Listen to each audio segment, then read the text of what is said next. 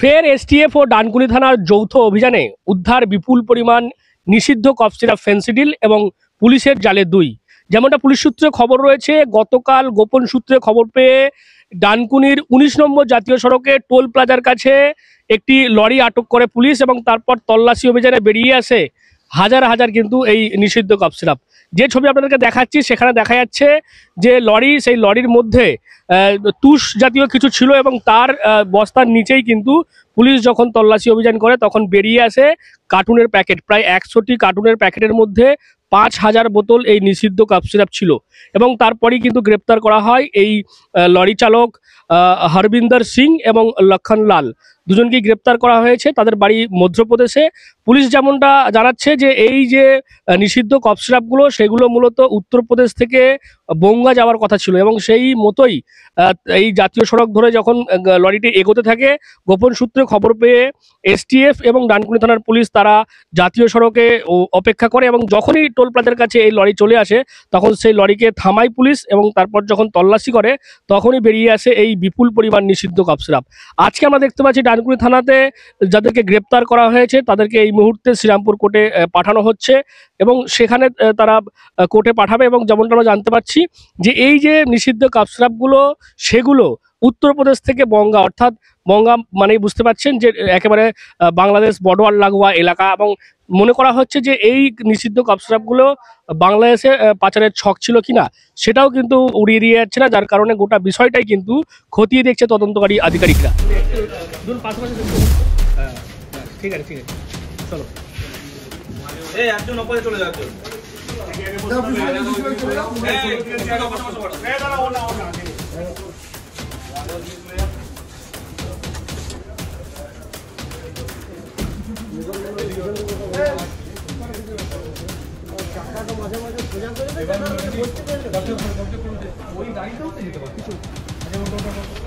আমি যাবো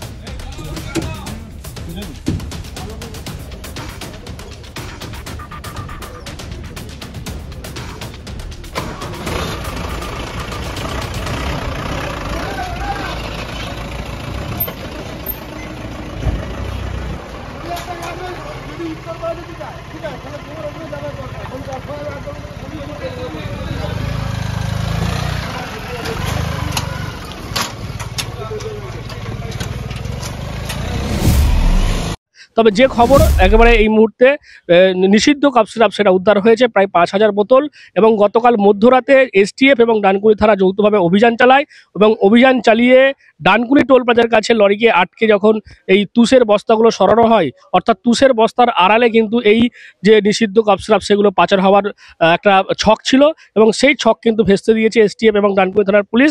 উদ্ধার করা হয়েছে প্রায় 5000 বোতল নিষিদ্ধ কফ সিরাপ এবং গ্রেপ্তার করা হয়েছে দুজনকে। আজকে তাদেরকে শ্রীরামপুর কোর্টে তোলা হচ্ছে। কি বলবেন আপনারা এই ঘটনা সম্পর্কে অবশ্যই কমেন্ট করেন কমেন্ট বক্সে। আর এরকম আরো খবর পেতে নজর রাখবেন ডিএনএন বাংলায়। ডিএনএন বাংলা সবার মনে সবার ফোনে।